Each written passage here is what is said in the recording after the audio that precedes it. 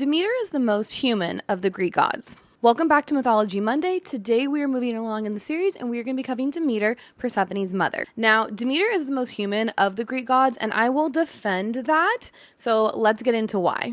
So Demeter is the Greek goddess of harvest, fertility, grain, and she's also Persephone's mother, who's the goddess of spring. But she's a very complex goddess. She's gone through grief, rage, loss, and even survival. She is one of the Olympians. Her father is Kronos, her mother is Rhea, so her siblings would be Hera, Hesta, Zeus, Poseidon, and Hades.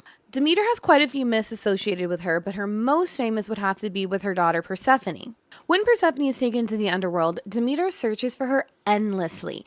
Through her grief, she refuses to allow crops to grow, causing failed harvests, making the land barren, and humanity suffered. It gets to the point that even Zeus has to step in, and obviously we know how this myth goes. Persephone is returned to her mother for half of the year, and this is kind of tied to the changing of the seasons. But Demeter's story goes so much further than her association with Persephone. In the myth of Triptolemus, while Demeter is searching for Persephone, she comes across Eustace, and she decides to stay there. She teaches Triptolemus all of the secrets of farming. She then gives him a chariot drawn by dragons, and he then travels the world to teach others how to farm and the secrets of agriculture. This myth is just one that shows some of her complexity and how she showed some mercy to humanity.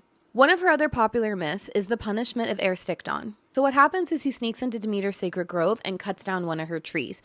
She curses him with endless hunger. It gets to the point that he sells one of his daughters to try and pay for food, and that's still not enough. It gets to the point that he actually devours himself. This is such a flip of the other myth because it really can kind of show the wrath for those who wrong her. Now, arguably, her darkest myth is the one that involves her brother Poseidon. So the myth goes that while Demeter was looking for Persephone, Poseidon started to pursue her. She ends up turning into a black mare to hide among a herd of horses, but he still finds her and forces himself upon her.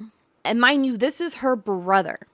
Her fury at the violation of what Poseidon did to her, it ends up becoming called Black Demeter. The reason it's called that is because she wore a lot of black clothes, she was in mourning, she actually hid in a cave for isolation, and she stopped producing fruit, which caused a famine. So all of these myths just really highlight that Demeter is so much more than a mother. She represents what so many women go through: grief, assault, loss, and ultimately survival. Even though she was an Olympian, that still didn't protect her from experiencing some of the things that so many other mortal women did. It really humanizes her on a different level than any of the other Greek gods or goddesses, specifically because she goes through something, the violation that Poseidon did to her, that she's so strong. She is one of the Olympians you just would never think could happen to her. Does this change how you view Demeter? Make sure to drop a comment below. I would love to chat about it. Who should we cover next? I'm thinking Aphrodite. She got a lot of votes last week, or maybe Athena. Make sure to drop your vote below, and I will see you back here next Monday.